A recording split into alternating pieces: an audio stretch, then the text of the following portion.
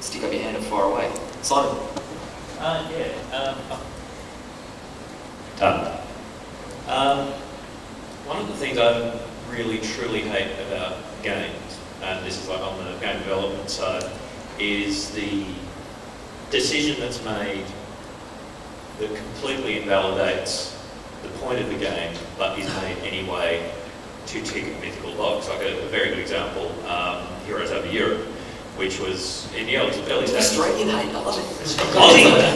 Was in the early stages of the game, so okay, this is going to be really quite respectful of the subject matter, and then went on to be made without blood or Nazis.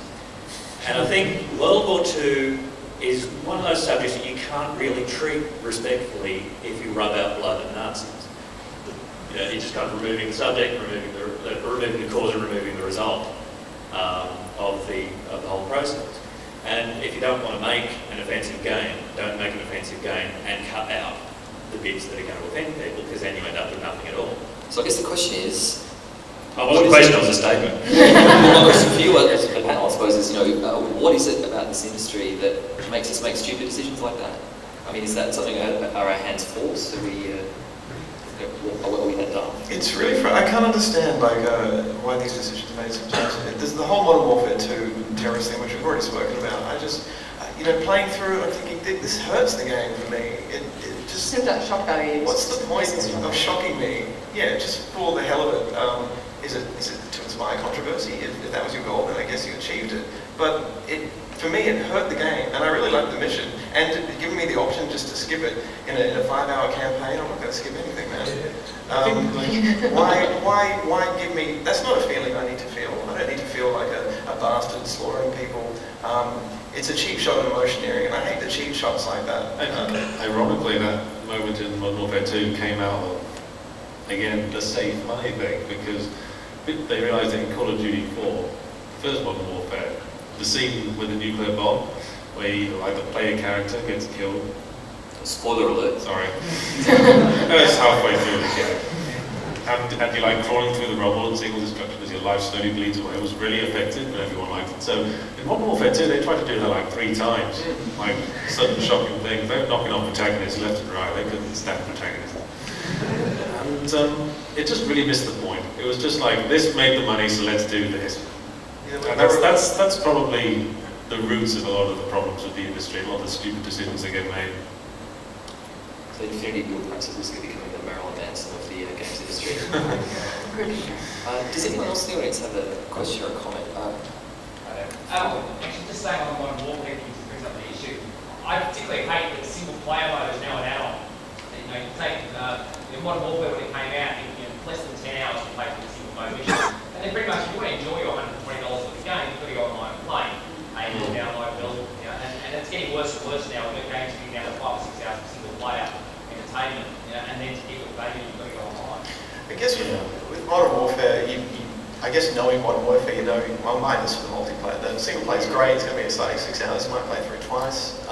But I'm playing for the multiplayer because that's great. There's a lot of games you can buy for less than $120 that are as good in multiplayer mode. No, that's very true. Yeah, I still think that every game needs to have single player that stands by itself. Because this is the subject of an article I wrote in the Escapist last week. But multiplayer is, it's not something, I still don't think it's a popular part of gaming, as popular as single player gaming. Because as I said, people game to unwind, and it's very difficult to unwind 14-year-olds are screaming in your ear. But as well, this goes back to what I was saying about the Wii, that it's fun to have a party to play and swing around, but I think, people want to have single player, they want to game on their own. Multiplayer shouldn't be the all and end all. It's really our fault. Always market it as something, sorry. Sorry, it's really our fault as critics, because if you read any game review that doesn't have a multiplayer mode, so it doesn't have a multiplayer mode. I can't believe they don't have a multiplayer mode. Why don't they have a multiplayer mode? It's not my fault. So we demand it's there, and so that creates the problem, and so publishers have to put it at that tip at the back of the box. I think it's fine as just a fun little thing to do once you finished the whole structured part of it. But see, I'm on the other side. I think because with Modern Warfare 1, I was more upset about that one because that was a 6-hour campaign, and then the multiplayer was amazing. I really enjoyed that. But so that's where I got my longevity bit. So I kind of knew that was going to be the case with this one, but then Spec Ops was on top of that as well, and I really, really, really like Spec Ops, and so that gave me another 4 hours on top of the first bit. So I guess it's about the whole package, right, and the quality of it. And if you know what you're going into, then you can't really hate on it. But I don't know. I guess I wasn't so upset with Modern Warfare 2 because I guess I expected it coming, but. Then you play something like, I keep talking about Uncharted, but and you get a proper 11-hour campaign, and then you get a really fun, hectic cover multiplayer as well, and you go, oh, why did they do? Why did other people do that? So I see the other point, but I see that point, but I kind of sometimes I don't mind because I'm a multiplayer kind of guy. So it still doesn't mean that it should be weighted to the multiplayer side. I think because there's obviously, as you said, there's games that can do it. They create an amazing campaign and they have great multiplayer. So a really good example is one of the first Unreal tournaments, or was it the first one, which was all about multiplayer. Sorry, I don't know which one it was off the top of my head.